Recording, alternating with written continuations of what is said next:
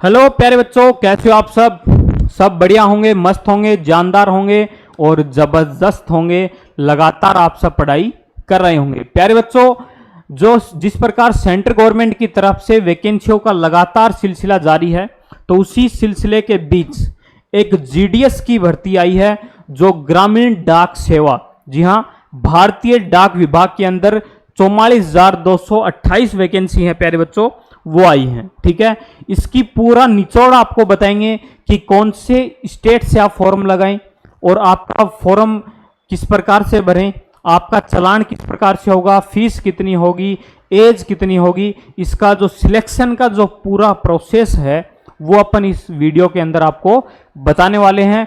तो वीडियो को अंत तक जरूर देखें और अपने दोस्तों के साथ शेयर जरूर करते रहें। तो प्यारे बच्चों, जीडीएस है वो है ग्रामीण डाक सेवा, जो अपने निजी ग्रामीण क्षेत्रों के अंदर डाक पहुंचाने के लिए सरकार ने कुछ जो एम्प्लॉय लगा रखे हैं, उसी बीच उनकी कमी होने के कारण दोबारा से 44,228 वैकेंसी हैं वो निकाली है। ठीक है प्यारे बच्चों, जिसमें आपको पूरी जानकारी मिलेगी कि जिसमें क्वालिफिकेशन क्या मांग रखी है, उन सब की भी आपको यहाँ पे जानकारी अपन देने वाले हैं। तो प्यारे बच्चों, बात करते हैं, सबसे पहले बात करते हैं कि फॉर्म की जो स्टार्टिंग जो डेट है वो क्या है और लास्ट डेट क्या है। प्यारे बच्चों, इसके अंदर जो फॉर्म एप्लीकेशन बिगिन मतलब 15/7/2024 यानी 15 जुलाई 2024 से प्यारे बच्चों ये फॉर्म है ये स्टार्ट हो चुके हैं, जिनकी लास्ट डेट क्या है 5/8/2024 यानी कि 5 अगस्त 2024 प्यारे बच्चों इस फॉर्म की लास्ट डेट है। आपका जो फीस पेमेंट करने का है वो है 5/8/2024।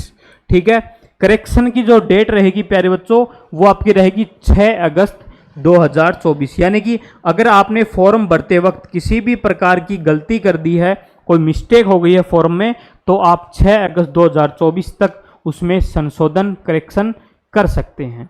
तो ये तो था अपना फॉर्म स्टार्ट होने से लेकर के लास्ट डेट तक। अब अपन बात करते हैं कि इसके अंदर एप्लीकेशन फीस क्या रहेगी। प्यारे बच्चों, इसके अंदर जो जनरल और ओबीसी के जो कैंडिडेट हैं, जनरल और ओबीसी, उनको 100 रुपये का फॉर्म फीस लगेगा। ठीक है, एससी एसटी और जो पीडब्ल्यूडी जो विद्यार्थी हैं उनके लिए 0 मतलब नील है, कोई पैसा नहीं लगेगा, उनके लिए निःशुल्क फॉर्म अप्लाई कर सकते हैं। और जो फीमेल कैंडिडेट हैं, महिलाएं हैं, उनके लिए भी 0 रुपये हैं, कोई फीस नहीं लगेगी।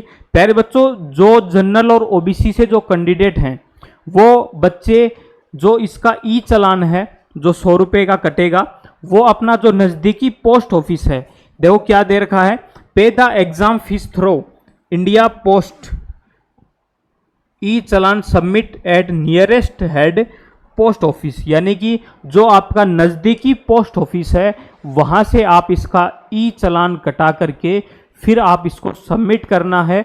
कहाँ पे? ऑनलाइन जो वेबसाइट है जीडीएस की, उसके ऊपर। ठीक है, फॉर्म अप्लाई करते वक्त। तो ये था अपना फॉर्म फीस का प्यारे बच्चों।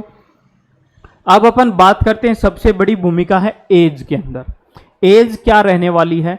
एज है प्यारे बच्चों वो आपकी 18 साल से लेकर के 40 साल तक के जो बच्चे हैं वो सभी फॉर्म है वो अप्लाई कर सकते हैं।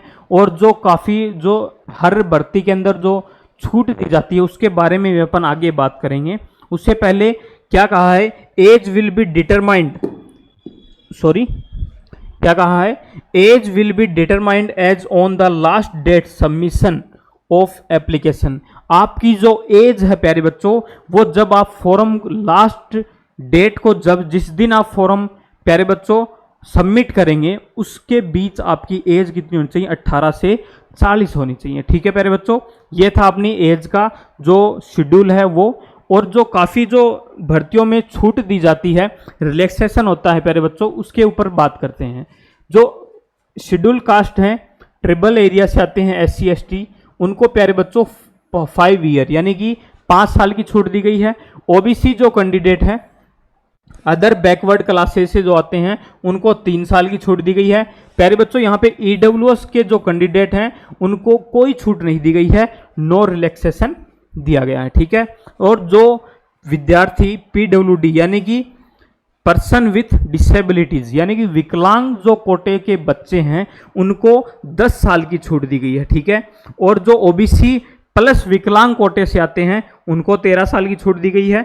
और जो disability PWD plus SC ST जो कैंडिडेट हैं उनको 15 साल की छूट दी गई है। ये जो छूट है प्यारे बच्चों हर एग्जाम में सेंट्रल गवर्नमेंट हो या फिर स्टेट गवर्नमेंट की तरफ से जो दी जाती है वो सारी सेम प्रोसेस है, कोई चेंजमेंट नहीं है इसके अंदर, ठीक है। फिर अपन बात करते हैं कि इसके अंदर क्वालिफिकेशन क्या है।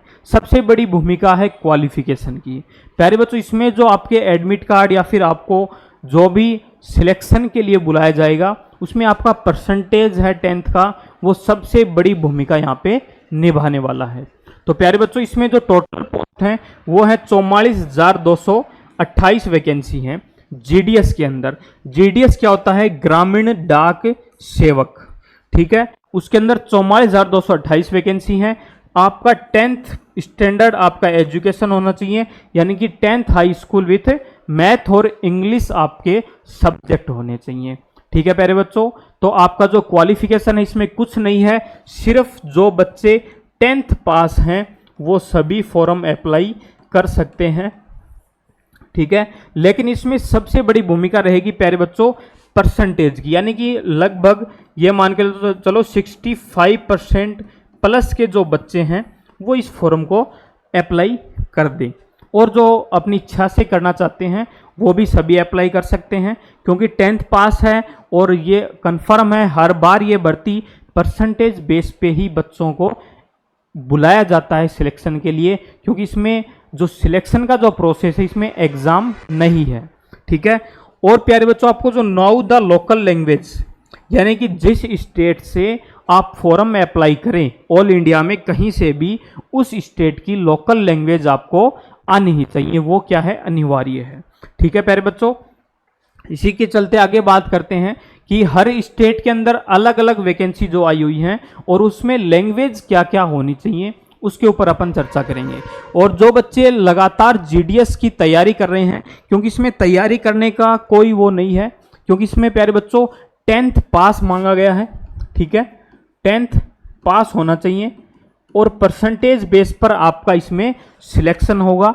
इसमें आपका जो भी सिलेक्शन के लिए बच्चों को, यानी कि आप मेल या फिर आपको मोबाइल नंबर जो दोगे उसके ऊपर आपको मैसेज के थ्रू आपको डॉक्यूमेंट्स वेरिफिकेशन के लिए बुलाया जाएगा। डॉक्यूमेंट्स वेरिफिकेशन में जो भी बच्चे परसेंटेज के आधार पर आपकी मार्कशीट चेक की जाएगी, आपका डोमिसाइल चेक किया जाएगा, आपका जो कास्ट सर्टिफिकेट है, सबसे बड़ी भूमिका इन तीनों की ही है।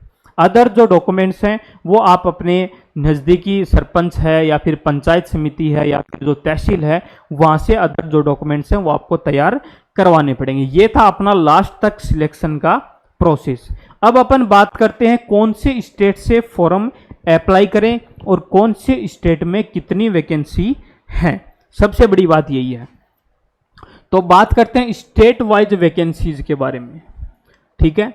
तो प्यारे बच्चों उत्तर प्रदेश है, यूपी है, उसमें हिंदी आपकी लैंग्वेज होनी चाहिए और 4,588 आपकी वैकेंसी हैं।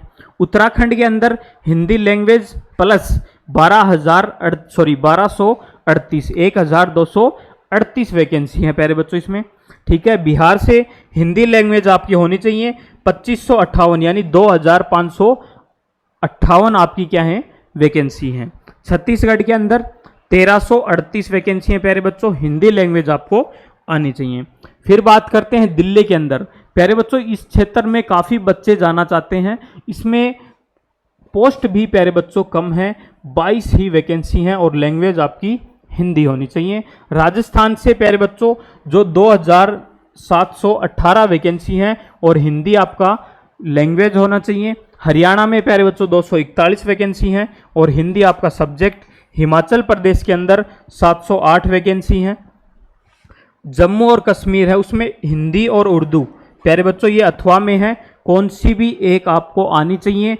442 पोस्ट इसके अंदर हैं, ठीक है। हर स्टेट की अलग अलग हैं, ठीक है। अब अपन बात करते हैं झारखंड के अंदर। झारखंड के अंदर 2,104 वैकेंसी हैं।